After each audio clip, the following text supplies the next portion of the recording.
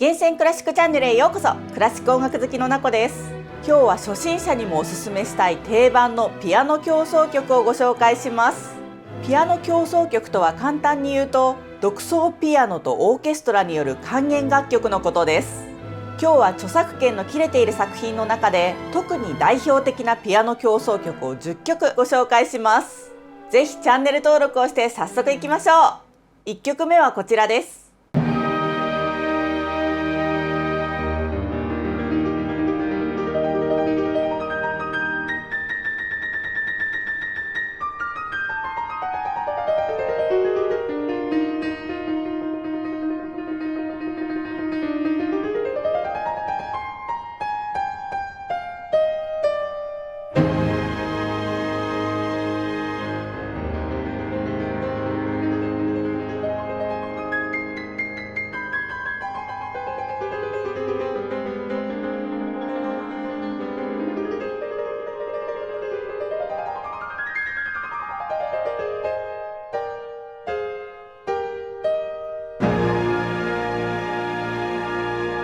この曲はドイツ出身の作曲家ベートーベンのピアノ協奏曲第5番皇帝です。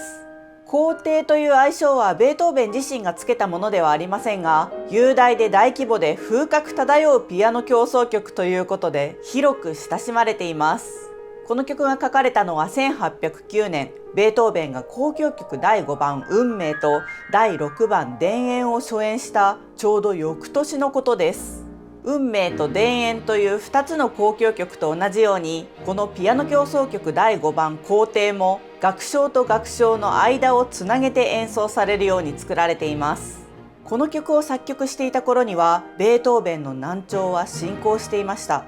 名ピアニストでもあったベートーベンはこれまで自作のピアノ曲の初演はほとんど自分で行ってきました。しかしオーケストラと呼吸を合わせて演奏しなければならないこのピアノ協奏曲は、難聴のベートーベンが演奏するには難しいものでした。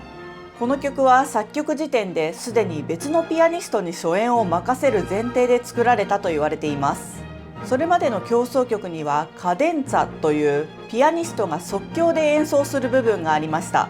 しかし自分で演奏できないベートーベンは作曲家である自分の意図を完全に曲に反映するために第一楽章にカデンツァ部分をつけなかったのです。代わりにカデンツァ的な華やかで美しい部分を冒頭に持ってきました。これはベートーベン以前にはなかった形でしたが、ベートーベン以降ロマン派の主流になっていったのです。続いて2曲目はこちらです。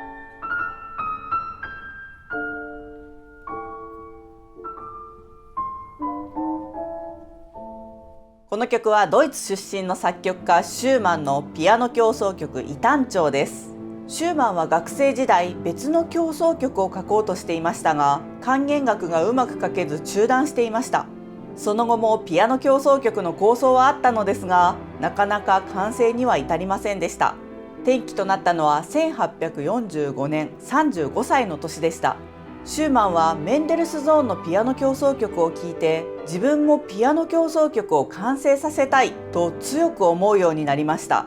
そこで30歳の頃に作曲したピアノと管弦楽のための幻想曲を持ち出します。この幻想曲を第一楽章に据えて完成したのがピアノ協奏曲異端調です。この協奏曲は1846年の元日、ライプチヒのゲバントハウスで妻クララのピアノによって初演されました。続いて3曲目はこちらです。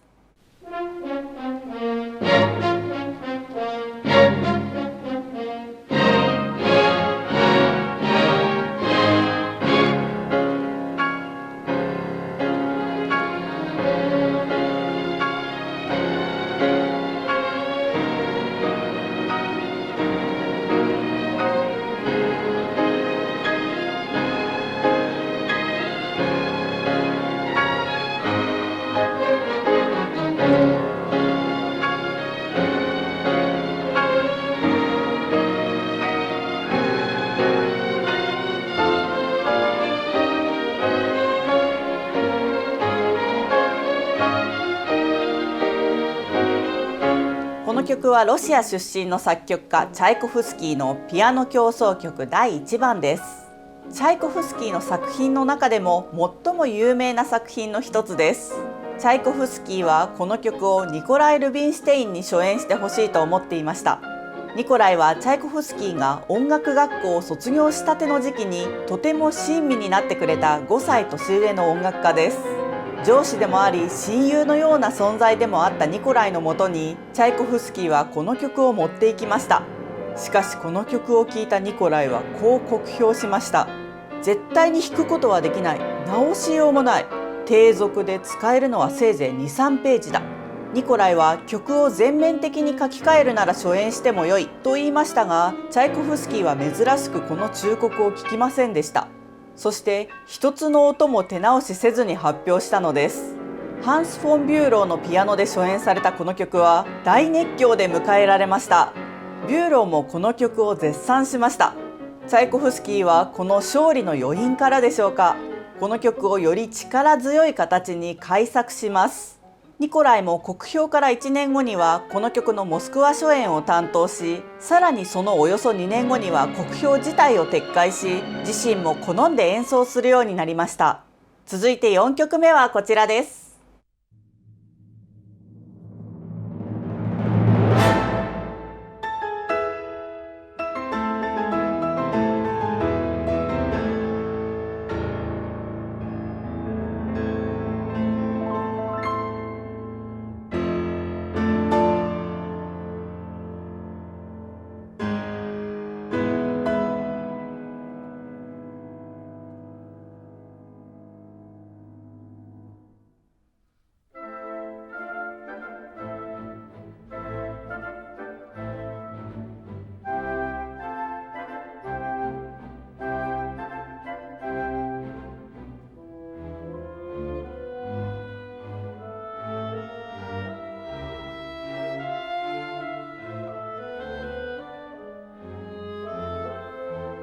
この曲はチャイコフスキーと同時期に活躍したノルウェー出身の作曲家グリーグのピアノ協奏曲異端調です。この曲はグリーグが完成させた唯一の協奏曲で25歳の時に作曲されました。完成の2年後、グリーグはロマン派を代表するピアニストで作曲家のフランツ・リストにこの曲の楽譜を持っていきました。リストは初見でこの曲を演奏し、これが本当の北欧だと叫んだと言われています。グリーグは晩年にもう一つの協奏曲を作曲しようとしていましたが、健康状態が優れず、代わりにこのピアノ協奏曲異端調の大幅改訂を行いました。ピアノ部分で約100箇所、オーケストラ部分では300箇所以上の変更を施し、楽器編成も大きく変更しました。後にこの曲について評された言葉をご紹介しましょう。グリーグの異端調は世界で最も頻繁に聴かれるピアノ協奏曲だが、それはシューマンやチャイコフスキーと同じ基礎の上にある偉大なロマン派協奏曲だ。それでいて北欧的な叙情的な傾向を持っていて、温かく輝かしく壮麗であるがまた民族的である。続いて5曲目はこちらです。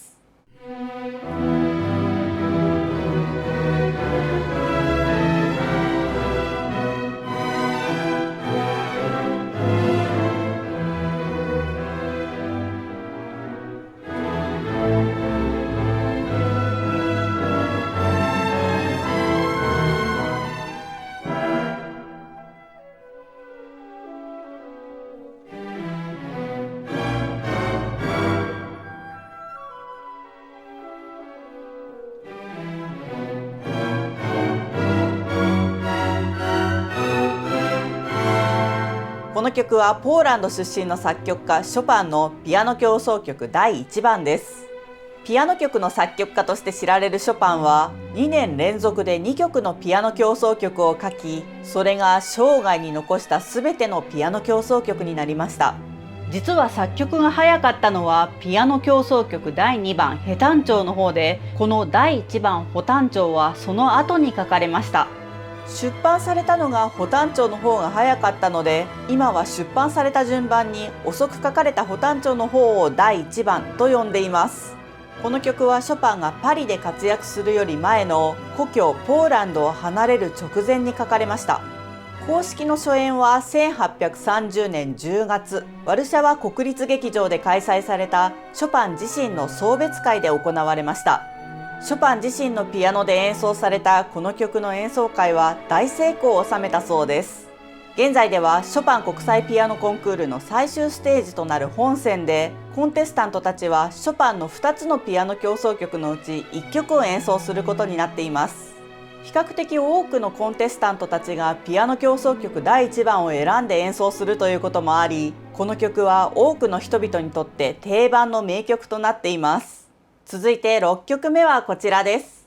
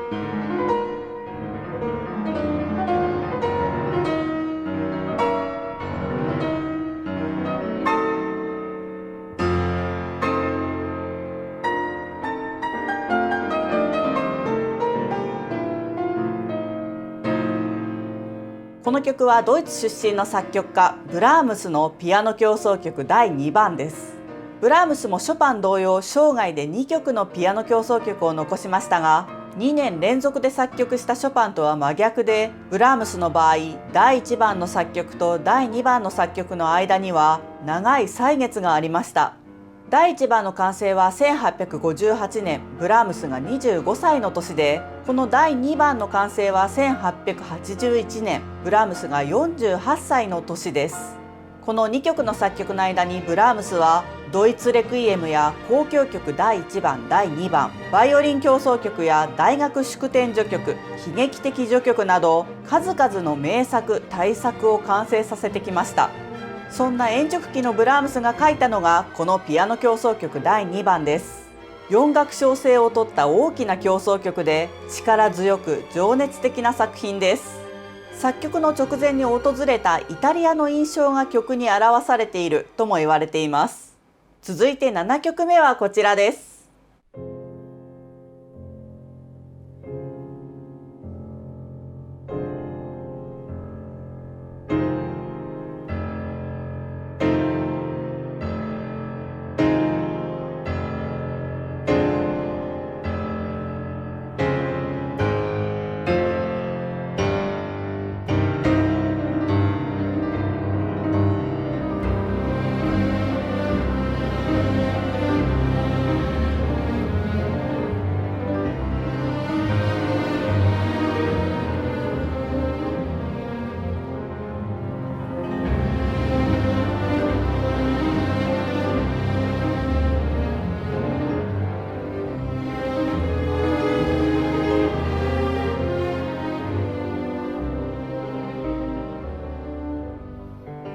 この曲はロシア出身の作曲家ラフマニノフのピアノ協奏曲第2番です。ラフマニノフはこの曲の作曲の前に大きな挫折を味わっていました。初めて作った交響曲の初演が記録的な大失敗に終わってしまったのです。激しい非難と中傷によってラフマニノフは作曲家としての自信を失っていました。精神を病んだラフマニノフは催眠療法士のダーリの治療を数ヶ月にわたって受けるようになります。ダーリは毎日ラフマニノフにこう話していたと言われています。あなたは協奏曲を書くでしょう。そしてその協奏曲は最高のものになるでしょう。催眠療法の効果があったのかどうかは定かではありませんが、その翌年に完成したのがこのピアノ協奏曲第2番でした。初演は交響曲の時とは打って変わって大成功になりました。ラフマニノフはこの曲で一流の作曲家としての名声を獲得したのです。続いて8曲目はこちらです。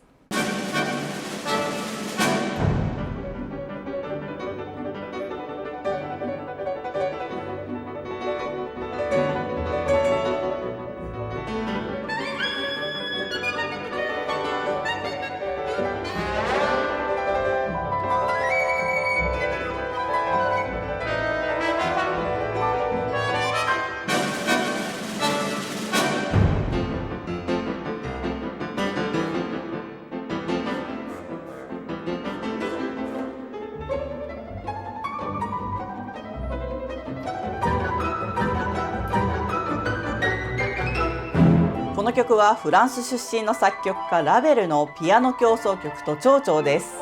この曲の作曲はラヴェルのもう一つのピアノ協奏曲、左手のためのピアノ協奏曲と同時進行で行われました。ラヴェルはこの曲の作曲についてこう語っています。この曲は最も厳密な意味での協奏曲です。モーツァルトやサン・サーンスの協奏曲の精神にのっとって作曲しました。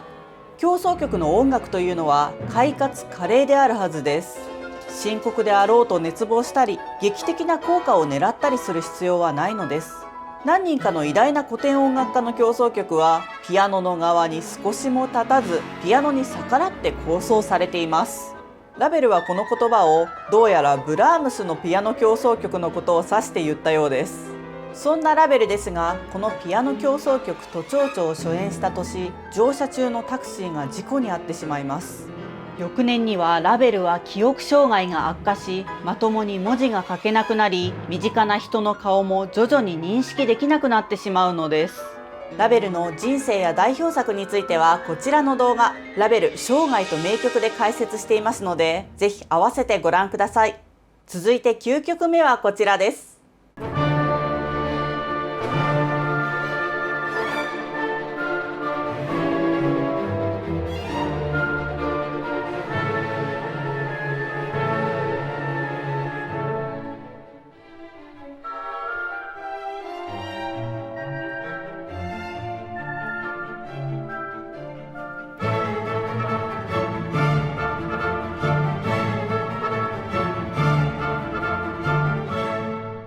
この曲はオーストリア出身の作曲家モーツァルトのピアノ協奏曲第20番です。モーツァルトの20番台の協奏曲はどれも名作揃いなんですが、中でも完成度が高く人気があり、初演以来現在までずっと演奏し続けられているまさに定番の名曲なのがこのピアノ協奏曲第20番です。ベートーベンやブラームスもこの曲を愛し、頻繁に演奏していました。ピアノという楽器が完成したのはモーツァルトより少し前の時代でした。モーツァルトはこの出来上がったばかりのピアノとオーケストラの協奏曲を多数残し、ピアノ協奏曲の基礎を確立したのです。このピアノ協奏曲第20番の初演はモーツァルトのコンサートの中でも最も輝かしいものになったとも言われています。初演に立ち会った皇帝は演奏後モーツァルトにブラーボモーツァルトと叫んだと言われています。モーツァルトのピアノ協奏曲は本当にどれも絶品で、第21番や23番など他の名作も演奏機会が多いので、気になる方はぜひ聴いてみてください。最後の10曲目はこちらです。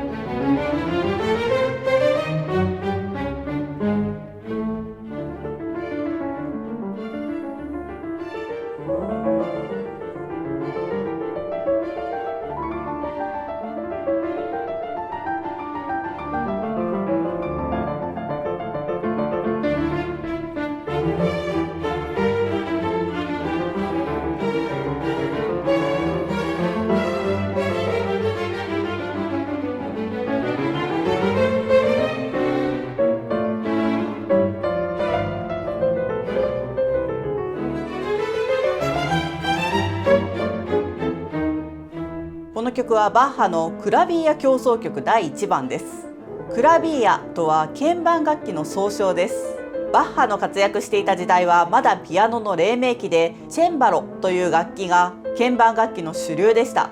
この作品もチェンバロ協奏曲というふうに呼ばれることも多いのですが、ピアノ協奏曲やクラビーア協奏曲という表記も多く見られ、実際にピアノと弦楽器の協奏曲として演奏される機会も多いため、今回この傑作をピアノ協奏曲の10作品目としてご紹介します。ちなみにこの曲には原曲があります。それはバッハ自身が1717年以前に作曲したバイオリンと弦と通奏低音のための協奏曲です。作品番号もこのクラビーア協奏曲第1番と同じ1052という数字が振られています。バッハはこの曲を何年にもわたり何度も転用しています。